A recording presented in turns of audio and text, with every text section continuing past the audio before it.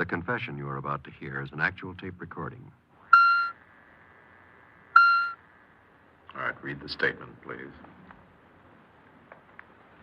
I make this confession of my own free will because it is true.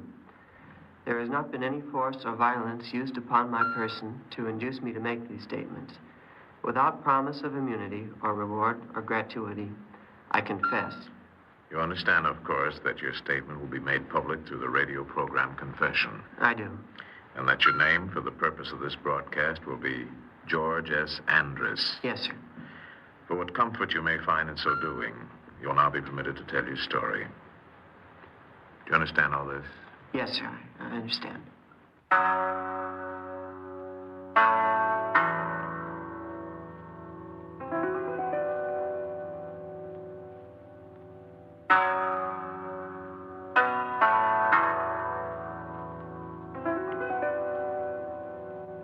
You are listening to Confession. This case history of the subject referred to as George S. Andrus is a matter of documented record. You will hear the story of his crime experience as told in his own words. All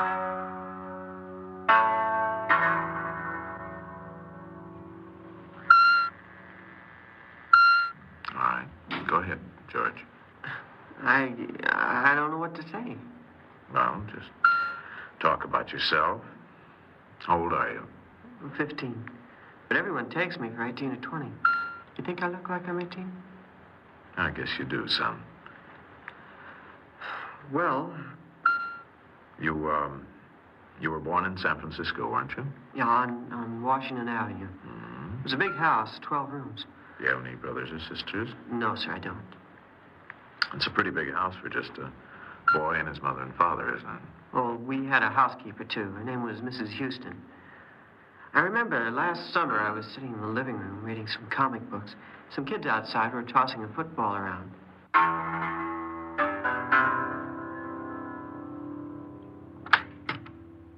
George, why don't you go out and play football with the boys? George, Oh, Mrs. Houston, I don't feel like playing football. don't you want to learn to play, George? Learn? If I wanted to, I could have made the school team easy. Coach even asked me. George, he said... There you go with your lies again. Well, he did. It's almost frightening the way you go on. You're almost 15, George. Almost a man, and look at the size of you. You're bigger than your father. Did you get a letter from them today? Yes. Maybe next time you'll go along with them. Oh, I could have gone. Dad even said to me, George, we want you along. This trip won't mean anything unless you're with us. Stop lying, George. He said no such thing. He did. He did, too. For your own good, George, face the truth. You know it as well as I do. He didn't ask you. Did he, George? Tell me. No, they didn't want me along. That's better, George.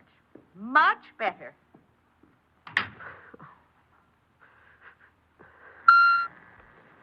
I guess it'd been about 5 years since I'd been anywhere with him. You mean with your folks? Yes, sir. Oh, I don't blame them, I guess. My mother, she's a beautiful lady. Of course. And my dad, his name is Charles, but they call him Chuck. I've never had a nickname. Wish I had. Go on. Well, my folks got back from that trip all right, but I didn't see very much of them. Mm-hmm. I knew one way to make them realize I was still around. Dad came home from his office one day. I was in the backyard knocking a croquet ball around. George? Hi, Dad. George, I want to talk to you. Okay, Dad. George, did you take some money out of Mrs. Houston's bag? Me? What would I do a thing like that for? $2 and a gold pin, George. Did you take them? A gold pin? What would I want with a lady's gold pin? Did you take them, George? Answer me. No, sir. George, you're lying. If a fella's own father can't believe him. Mrs. Houston found the pin on top of your night table, and the money was in your drawer. Maybe she tried to frame me. Oh, stop it. Right on top of the night table. Almost as if you wanted us to find the pin. Now, you took them, didn't you? I guess so. Why? What did you want with a lady's pin and $2? I don't know. I don't understand it. Have you ever asked me for money that I haven't given it to you? I don't know why I did it. It just doesn't make sense. Does Mom know about this? Of course. She's nearly frantic about it. Maybe she wants to talk to me. No. That's the last thing she wants. Dad, I won't do it again. I promise. I wish I could understand this. Is there anything you've ever wanted within reason that you haven't had? No, Dad. Well, then what is it? There's something wrong. Can you tell me what it is? Maybe, Dad, if we could go for a ride or something like that, just the two of us, and talk about it. Your mother and I have made other arrangements tonight, George. Oh. Here. Here's $5. Then there won't be any reason for you to go poking around Mrs. Houston's purse. Now, do you understand? I don't need it, Dad. Take it. I don't want any money. I said take it. All right, Dad. Maybe some other night we'll go for a long ride. I don't know why, but it seemed the only time I was important around our house was when I was in trouble of some kind or other. Mm-hmm. That fall, I got into a fight at school. Well, maybe I'll skip about the fight. No. Go ahead. I want to particularly hear about that, George. Oh, well, all right. I had a jackknife in my pocket. While we were rolling around on the ground, it fell out. And what happened? I opened it and went after this kid. I cut his shoulder up some. They took me to juvenile court on account of that. My mother had to go with me. The judge said he'd let me off if I promised to behave myself. Mm-hmm. Then he talked to my mother alone for a while. That night, when my father came home from work, they went into the den. I knew they were going to talk about me, so I went outside and hid in the shrubs under the window. I could hear everything they said. It had to be Judge Chalmers. I don't know how I'll be able to look him in the eye after this. He made me feel as though I'd failed the boy as a mother. Nonsense. It's the fashion nowadays to blame everything on the parents. He told me bluntly that he thought the child had been neglected. The child. 6'2", 170 pounds. He could pass for 19 or 20 without difficulty. I wonder if his size hasn't blinded us to the fact that he still is a child. Oh, stop being clinical, please. He'll grow out of it. I don't know. Maybe I have been inadequate. Stop that, Elizabeth. Judge Chalmers made a recommendation. What was it? That we put him through the child guidance clinic. I don't think much of that. It'll be known all around town in a week. What are we going to do? Well, what we need more than anything is a couple of weeks away from here. We'll go away for a while. Charles, While we're gone, we can decide what to do about him. I wonder if we're not just looking for excuses to run away from George. What then, George? Well, that's when I knew I was just spoiling things for them by being around. The night before they left, while I was lying in bed. I kept thinking of different things I might do to make my folks proud of me. Mm-hmm. Well, I was just lying there thinking. I heard my mother coming up the stairs. Mom, What is it, George? can you come in for a minute, Mom? Why aren't you asleep, George? It's after midnight. I was just thinking how much I'd like to go with you and Dad on that trip tomorrow. You know that's impossible, George. I could get off from school for a couple of weeks. I'm sorry, George.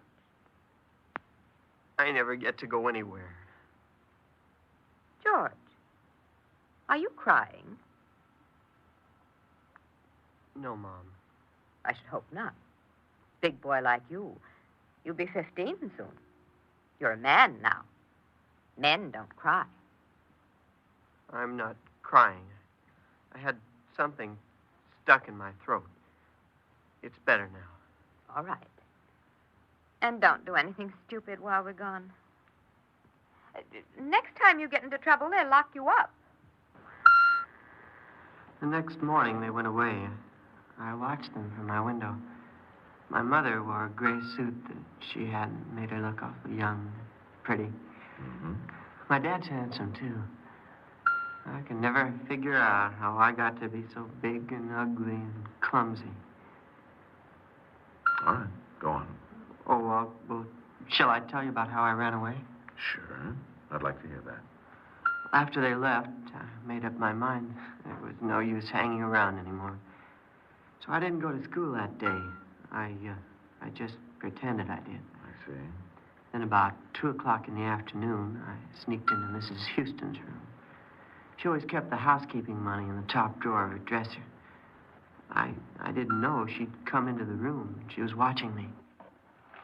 George Andrews! Huh? What are you doing? I was looking for something. Get away from there. Here it is. Put that money down. I need it. You're a thief, that's what you are. Give me that money. I need this money, and I'm taking it. That's my money. I'm responsible for it. I don't care whose it is. I'm going to call the police, George, unless you give me that money. Keep away from me, or I'll I mean it. You're a disgrace to a fine mother and father. I hate you as much as you hate me. George, there's over $100 there. I wish there was more. I'd get farther from this place. I'm calling the police, George. I mean it. Go ahead, call them. Start calling them right now. Operator, give me the police. Go ahead. Tell them all about it.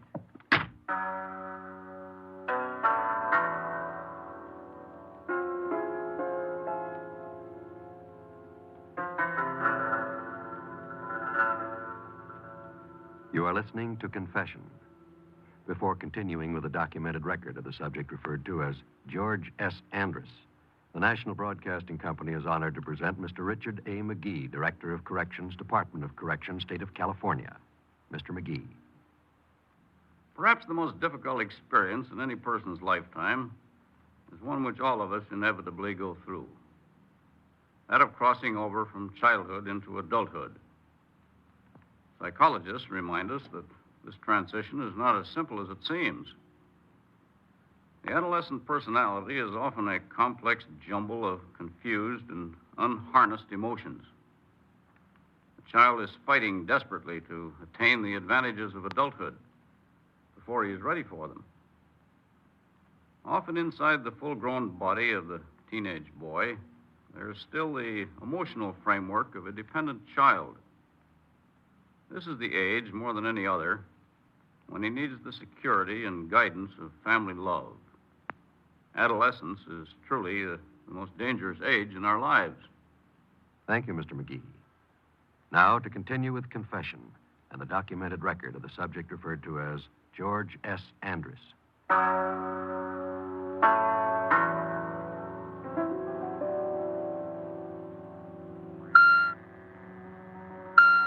right. Let's continue, George. I met Frank in the hotel in Los Angeles. Frank who? Funny, I never did find out what his second name was. Well, let's go back to where you took the money from Mrs. Houston. Oh, yes, sir. I took that money. Mm-hmm. I was a crook now. I was going away, and I'd never come back. Well, anyways, not till I was a big shot or something like that. I knew that the police might be looking for me, so I got out of town and hitchhiked a ride. Hitchhiked where? Well, these people drove me right to Los Angeles. I rented a room in a hotel on Spring Street. It wasn't much of a place, but it made me feel pretty good to sign that book. Oh, yeah, I changed my name. Called myself Chuck Anderson. It's pretty lonesome in a hotel when you don't know anybody. Mm-hmm. I was pretty glad when a guy sat down near me in the lobby and started talking to me. Hi. Hello. I know this sounds corny, but ain't I seen you someplace before?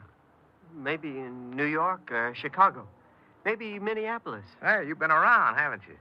Japan, China, Korea. I just got back from Korea. Did a hitch there. Yeah? Since I didn't see you there, not by a long shot. Pretty rough going. All I got out of it was an oak leaf and 2 clusters. No kidding.